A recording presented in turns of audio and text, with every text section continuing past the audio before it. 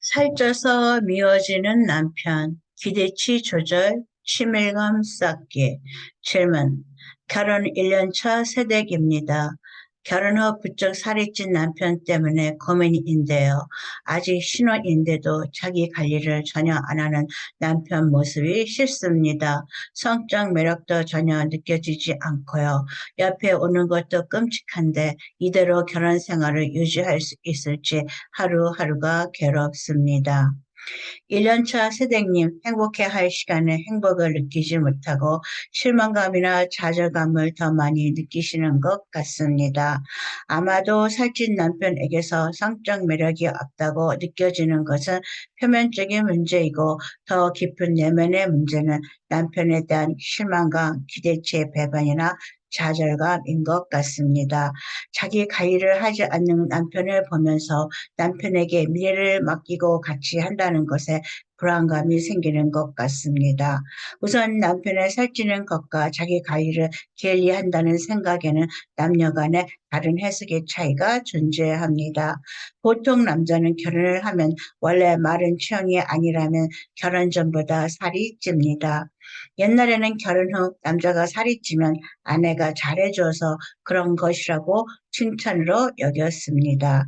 그러나 지금은 다이어트 세대이고 외모도 결혼 전 후에도 같아지기를 원하는 세대이기에 다르게 보입니다. 또 다른 남녀 간의 차이는 같은 일에 대한 여자와 남자가 보는 눈이 다르고 해석이 달라집니다.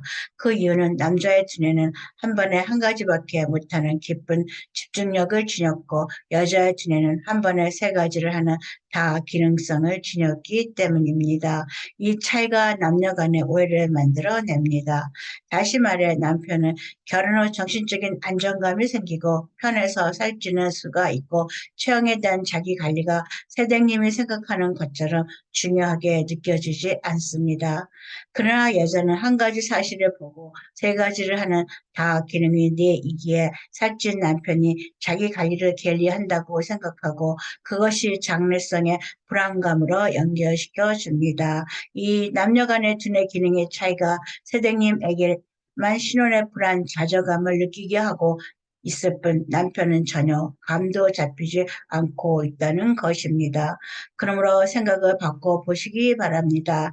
이 사람이 살이 찌는 것은 나와의 결혼에 안정감을 느끼고 내 음식 솜씨가 좋아서라고 이것이 착각이라고 생각되면 직접적으로 남편이 살이 찌고 자기 관리를 않는 것에 대한 자신의 불만, 불안감을 이야기하십시오. 이때 간접화법은 금물입니다. 남자는 결혼 전에는 한 여자를 얻기 위해 자신의 모든 능력을 동원합니다. 그래서 연애 시절 여자가 간접합부로 말해도 남자가 알아듣습니다. 즉 꽃이 갖고 싶으면 꽃이 예쁘다고 말하면 남자가 알아서 마음을 읽고 꽃을 사다 줍니다. 그러나 이런 상대의 마음을 읽는 능력이 결혼 후에는 현저히 떨어집니다. 결혼 후 간접합법으로 남편에게 대하면 남자는 못 알아듣습니다. 이때는 직접 합법으로 이야기해야만 알아듣습니다. 즉, 내일 결혼 기념일이니까 장미꽃 12송이 사오라고 말해야 알아듣고 사옵니다. 물론 안 사오는 남자도 있지만 왜 남자는 결혼 전에는 잘 알아듣던 말을 결혼 후에는 못 알아들을까요? 많은 여자들이 느끼는 수수께끼이고 절망감입니다. 4살부터 12살까지 12명의 어린이들과 공원에서 다리 묶고 찌기 게임을 한 적이 있습니다. 두 팀으로 나누다 보니 4살 여와 12살 남아가 한 팀이 되고 6살 여와 남자가 한 팀이 되었습니다. 나이차가 많이 나는 팀은 처음부터 불평이었습니다. 다리 길이가 달라서 잘 뛸 수 없다고 불공평하다는 것입니다.